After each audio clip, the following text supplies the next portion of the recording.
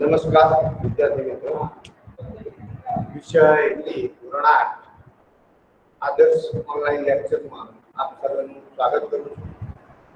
હવે આપણે next time પહેલો બીજો અને ત્રીજો પાઠ સુધી ચાલુ કરેલ છે, તો ચોથું જે આપણે કાલે છે ઉભો ધરાવતો એમનો શબ્દ એ આપણે આજે ભણવાનું છે। આજની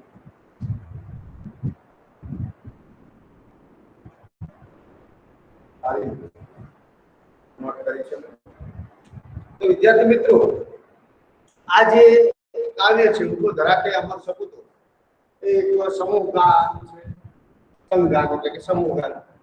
એના કવિ જે છે દ્વારિકા પ્રસાદ માહેશ્વરી। હવે આ જે કાવ્ય છે એની રચના એ ટાઈમે થયેલી છે કે જ્યારે આપણો દેશ આઝાદ થયો 15 ઓગસ્ટ 1947। તો એ સમયે આ જે ગીત હતું, કેમ કે આપણે જે આઝાદીમાંથી જે મુક્તિ મેળવી છે, ગુલામીમાંથી જે મુક્તિ મેળવી છે અને આઝાદી જે મેળવી છે, એ સમયે હવે જે ભારતના જે અમર જે સપૂતો છે એ હવે તમે ઘોર નિંદ્રામાંથી જાગો અને હવે આપણા દેશ માટે કંઈક નવું કરો, તો એ હવે આપણે આ કાવ્યમાં જોઈશું એ કવિ શું કહેવા માંગે છે। तो उठो धरा के अमर सपूतो, पुनर्नया निर्माण करो, जन जन के जीवन में फिर से नव स्फूर्ति नव प्राण करो। हे भारत माताना अमर सपूतो, गुलामीनी रात વીતી ગઈ છે અને આઝાદીનું પ્રભાત થયું છે। હવે તમે અજ્ઞાન આળસની નિદ્રામાંથી જાગો અને દેશના નવ નિર્માણમાં નવ સ્ફૂર્તિમાં લાગી જાઓ। તમારે દેશવાસીઓના જીવનમાં ફરીથી નવીન ઉત્સાહ ભરવાનો છે, તેમનામાં નવા પ્રાણનો સંચાર કરવાનો છે।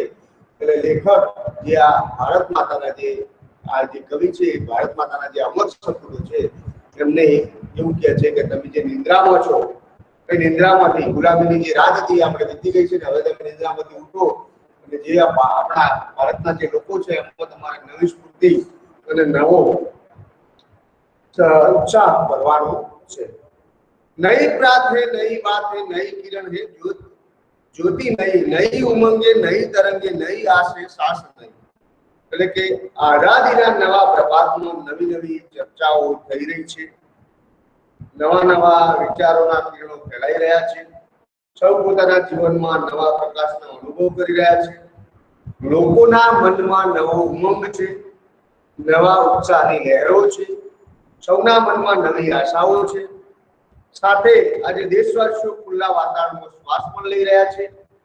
એ દેશના સપૂતો, તમારે યુગોયુગથી કરમાયેલા ફૂલોનું નવું સ્મિત આપવાનું છે, તેમને ફરીથી ખીલવવાના છે। એટલે કે જે આ કરમાયેલા ફૂલો છે એને ફરીથી આપણે ખીલવવાના છે। તો એના માટે તમે ઘોર નિંદ્રામાંથી જાગી અને આ ગુલામીની રાત જે આપણે વીતી ગઈ છે એમાં હવે આપણે નવો શ્વાસ, નવો ઉત્સાહ ઉમેરવાનો છે।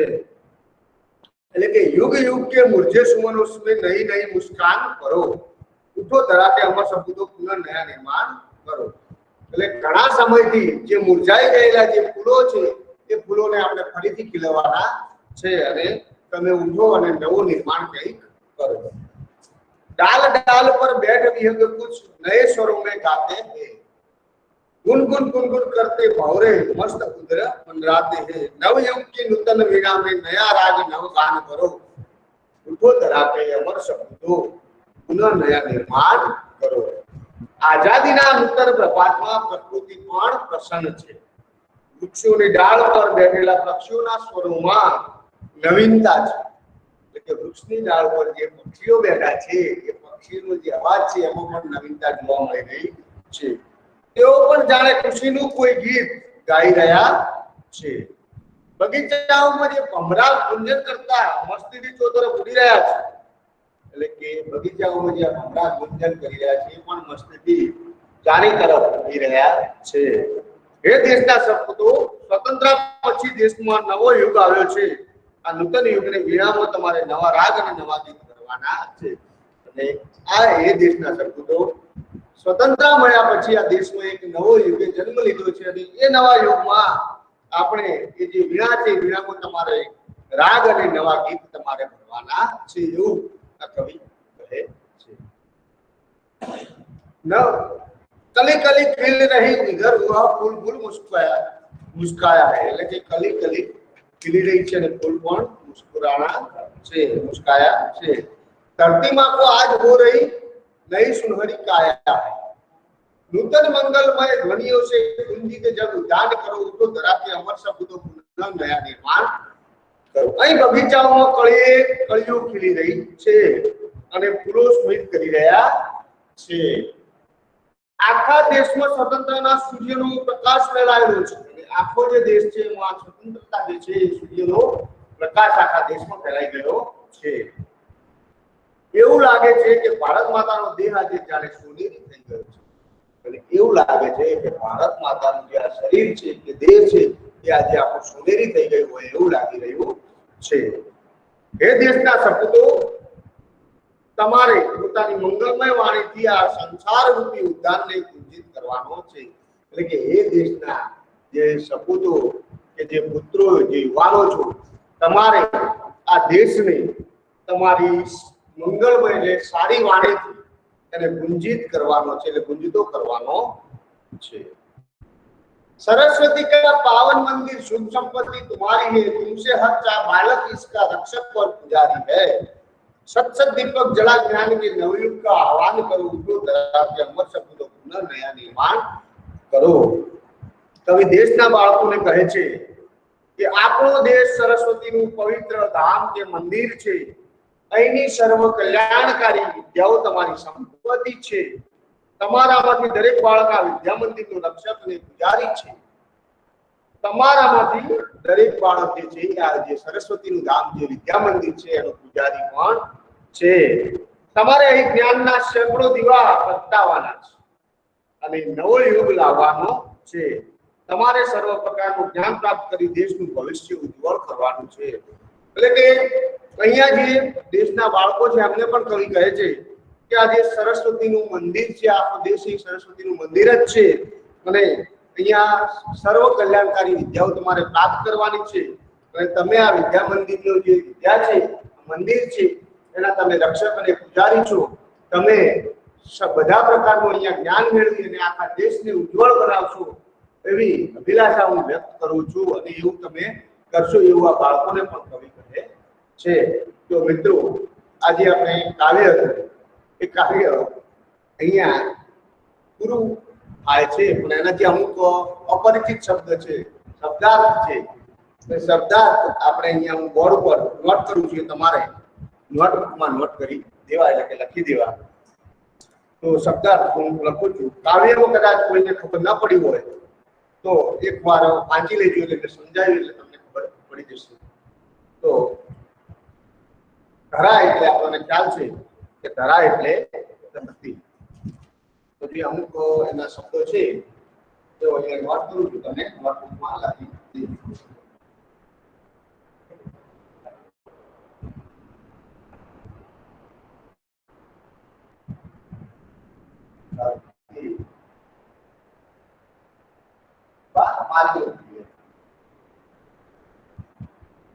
अमर न मरने वाला अमर शब्द कोई दिवस मरसे नहीं न मरने वाला है એટલે देखा के अमर शब्द એટલા માટે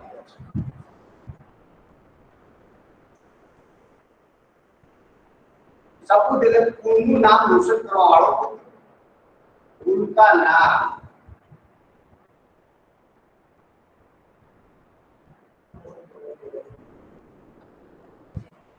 रोशन करने वाला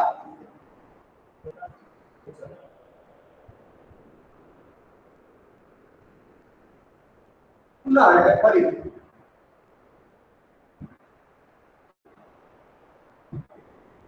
ठीक है फरी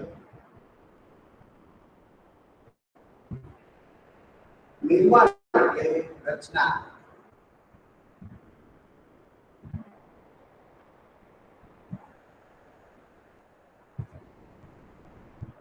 जल जल के प्रत्येक मनुष्य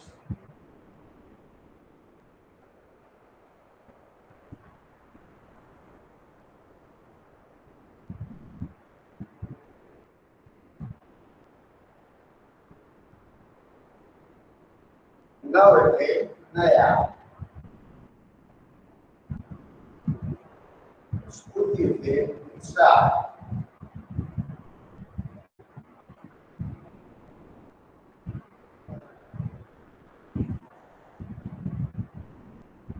પ્રાણ એટલે જીવન,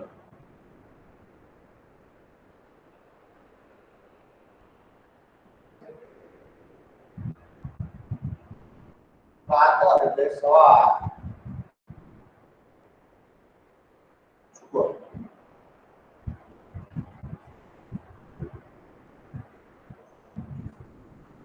ઉમંગ એટલે ઉત્સાહ, હોસલા,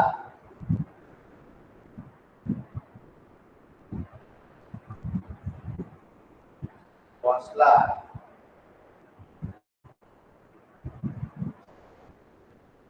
તરંગ એટલે લહર,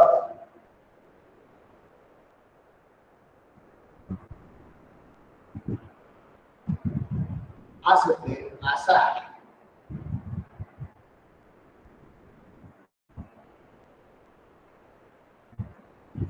નૂતન એટલે નઈ,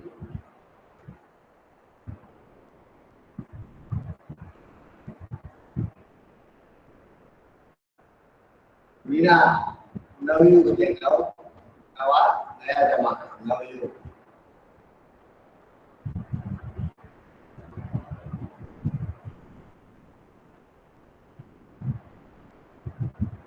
राग गाने का ढंग,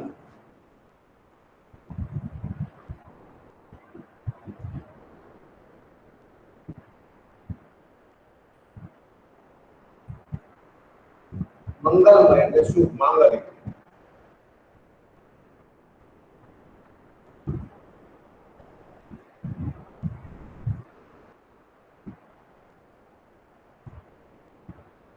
પાવન એટલે પવિત્ર, પદ એટલે શોભ,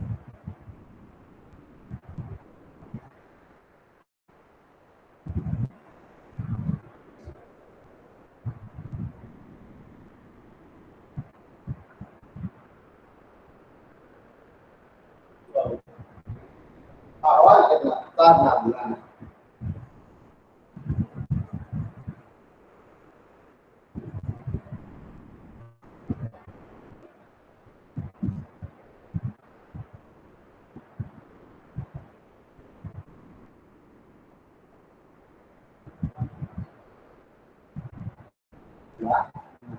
તો વિદ્યાર્થી મિત્રો અહીંયા જે શબ્દાર્થ લખ્યા છે એટલે કે અપરિચિત શબ્દો જે છે એ તમે અહીંયા જોઈ શકો છો અને એ તમારી નોટમાં પણ તમે નોટ કરી શકો છો. તો એકવાર ફરીથી કાવ્યની સમજ કહી દઉં છું, કદાચ કોઈને મુશ્કેલી હોય તો ધ્યાન આપશે. उठो धरा के अमर शब्द तो पुनर्नया निर्माण करो, जन जन के जीवन में फिर से नव स्फूर्ति नव प्राण भरो. उठो धराना अमर शब्द तो फरीथी કંઈક નવું નિર્માણ કરો અને પ્રત્યેક માણસના જે પ્રાણ છે એ પ્રાણમાં કંઈક નવું તમે નિર્માણ કરો. નઈ પ્રાત હે, નઈ બાત હે, નઈ કિરણ હે, જ્યોતિ નહીં. નવું સવાર પણ નવી છે, વાત પણ નવી છે, કિરણો પણ નવા છે અને જ્યોતો પણ નવી છે. નઈ ઉમંગી, નઈ તરંગે, નઈ આશે, સાસ નહીં. ઉમંગ નવો છે, તરંગ નવો છે, સાસ પણ નવી છે અને સાથે સાથે આશાઓ જે છે એ પણ નવી છે. युग युग के मुरझे सुमनों में नई नई मुस्कान करो, उठो धरा के अमर शब्दों पुनः नया निर्माण करो. युग युग થી જે મુરઝાઈ ગયેલા જે ફૂલ છે એ ફૂલને તમે ફરીથી એને વિકસતા કરો અને નવી આશા કરો. डाल डाल पर बैठे हुए तो कुछ नए स्वरों में गाते, गुन गुन गुन करते भौरे मस्त अंदर मंडराते.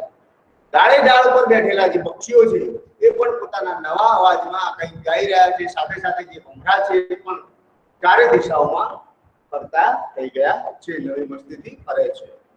नवयुग की नूतन वीणा में नया राग नवगान भरो, उठो धरा के अमर शब्दों पुनः नया निर्माण करो. આ જે નવો યુગ છે એ નવા યુગની જે વીણા નવી છે એમાં નવો રાગ તમે ભરો અને ઉઠો ધરાના જે અમર શબ્દો છે, જે ધરતીના જે ભારતના જે અમર શબ્દો છો એ નવું નિર્માણ કરો. કલી કલી ખिल रही इधर वह फूल फूल मुस्काया है. કળીએ કળી ખીલી ગઈ છે અને દરેક જગ્યાએ બધા ફૂલ મુસ્કુરાઈ રહ્યા છે। ધરતી માં કો આજ હો રહી નઈ સુનહરી કાયા, અને આ ધરતી માની નવી સોનેરી काया છે। नूतन मंगलमय ध्वनियों से गुंजित जग जग जग उद्यान करो, तो धरा के अमर सपूतों पुनः नया निर्माण करो।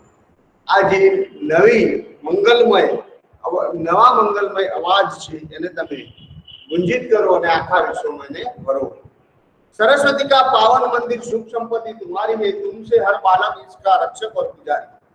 आ सरस्वती નું જે આ પાવન મંદિર છે એ પાવન મંદિરમાં બધી જ સંપત્તિ તમારી છે અને તમારાથી તમારું હરેક બાળક એનું રક્ષક અને પૂજારી છે।